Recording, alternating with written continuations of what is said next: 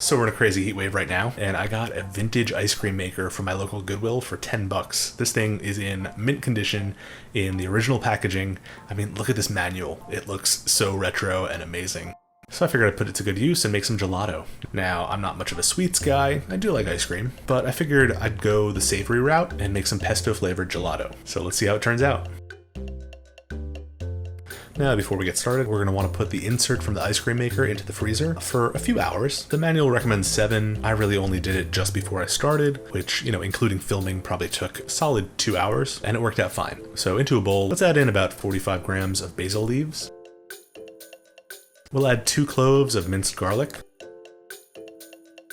and about 100 grams of freshly grated parmigiano reggiano. Be sure to use the real stuff with that imprint on the rind, or things might not turn out according to plan.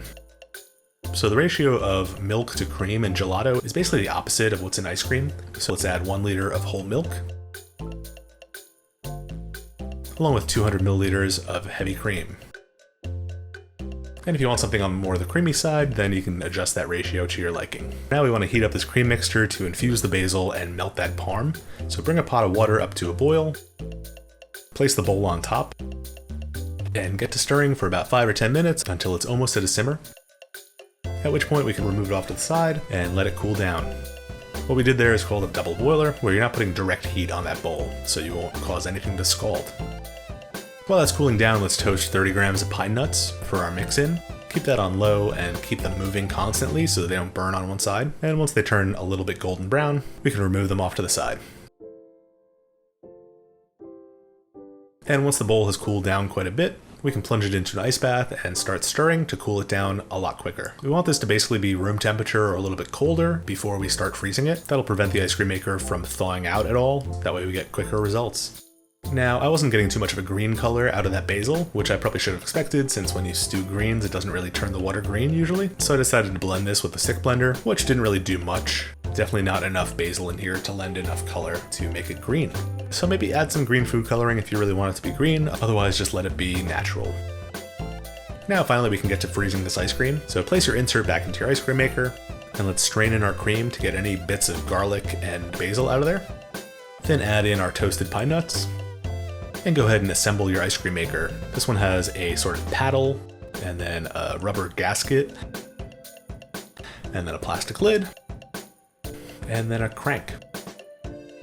And it's the easiest process. You just gotta crank it 3 or 4 times every 2 or 3 minutes for about 20 minutes. Just have a TV show going and you'll have ice cream in no time. Basically what's happening is the insert is freezing whatever milk is in contact with it, and then after 3 minutes, the paddle scrapes it off the sides. As you continue with the process, more and more shreds of ice cream build up, and you're left with this creamy, delicious snack. So since this is pesto and it is savory, what better way to serve this than on top of some crostini brushed with olive oil?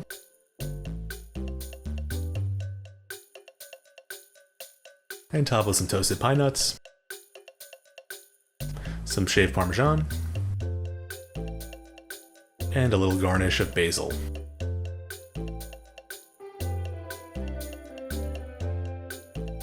So this is a total mindfuck. It tastes exactly like pesto, but it's ice cold and creamy. I guess kind of like the combination of pesto and ricotta. And considering those flavors, it unsurprisingly goes really well with these crostini. Great texture combo, the olive oil lends a bit of richness, and the garnish of shaved parm definitely amps up the flavor quite a bit. So if you're feeling a bit adventurous this summer, then go ahead and give this a try, and let me know what you thought in the comments below. I want to give a special shout out to my first patron, Glenn. Thanks so much and welcome aboard. If you want to show your support as well, then hit that link down below, or you can also just buy me a coffee if that's more your style. See you guys next time. Cheers.